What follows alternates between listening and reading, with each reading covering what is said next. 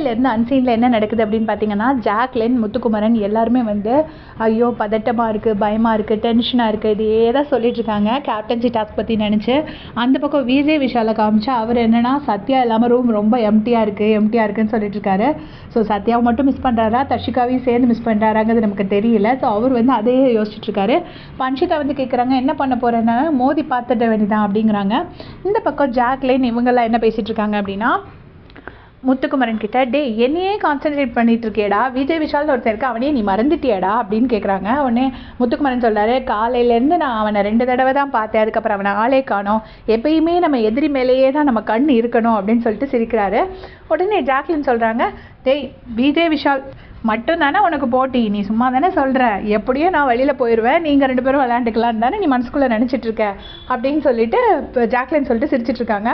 அதுக்கப்புறம் முத்துக்குமரன் இந்த பக்கம் வராரு. ஜாக்லினும் குக்கிங் ஏரியா வராங்க. வந்துட்டு சொல்கிறாங்க, நான் இந்த 1 வாரம் மட்டுமாவது நான் இருந்துட்டு போயிடுறேனே, போன வாரம் எண்டு வரை வந்துட்டேன், அப்படியே மலை உச்சி வரை வந்துட்டு கீழே விழுற மாதிரி நிலமையில போய் தான் நான் வெளியில் வந்திருக்கேன் அப்படின்னு சொல்லிட்டு ஜாக்லின் சொல்கிறாங்க. உடனே முத்துக்குமரன் சொல்கிறாரு, ஏம்மா ஜாக்லின் இதெல்லாம் நீ சொன்னால் நம்புற மாதிரியா இருக்குது, நான் அப்படி பார்த்தா 2வது வாரமே தும்பில் போயிட்டு நான் திரும்ப வந்திருக்கேன் அப்படின்னு சொல்லிட்டு முத்துக்குமரன் சொல்கிறாரு. உடனே ஜாக்லின் சொல்கிறாங்க, அது 2வது வாரம் தானே, இப்போ கரண்ட் நிலைமையில நான் தான் கடைசி வரை போயிட்டு ஜஸ்ட்டு வெளியே போயிருக்க வேண்டியவா முன்னாடி தப்பிச்சேன்னா அவங்க போன வாரம் சேவ்டு இல்லையா, அதனால ஜாக்லின் அப்படி சொல்கிறாங்க. அப்போ முத்துக்குமரன் சொல்கிறாரு, ஜாக்லின் அப்படின்னா உலகம் நம்புமா அப்படிங்கிறாங்க.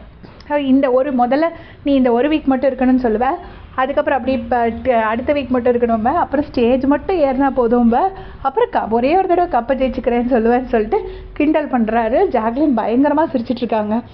எனக்கு கூட சேர்ந்து சிரிச்சிட்ருக்காரு. அப்புறம் இன்னொரு பக்கம் அந்த டிஸ்கஷனில் தீபக்கன் என்ன சொல்கிறாருன்னா, எனக்கு வந்து 3 பேர் வந்தாலும் சந்தோஷம், ஏன்னா முத்து வந்தால் அவன் ஃபஸ்ட்டு கேப்டன்சியில் 2 டேஸ் பண்ண தப்பை சரி பண்ணிக்குவான், ஜாக்லின் வந்தால் அவள் புதுசாக ஏதாச்சும் பண்ணுவான், விஜய் விஷால் வந்தால் நல்லா ஃபன்னாக இருக்கும், ஸோ எல்லாமே எனக்கு வந்து நல்லாயிருக்கும், யார் ஜெயிச்சாலும் எனக்கு சந்தோஷம்தான் அப்படின்னு சொல்லிட்டு இருக்காரு. இதில் முத்துக்கு வேறு பாவம் காலில் ஏதோ அடிபட்டிருக்கு போல இருக்குது, அந்த புண்ணில் மருந்து போட்டுட்டு வெயிட் பண்ணிட்டுருக்காரு. இனிமேல் அவர் ஷூ கூட போடாமல் வெயிட் பண்ணிட்டுருக்காரு அந்த புண்ணு ஆடுறதுக்காக.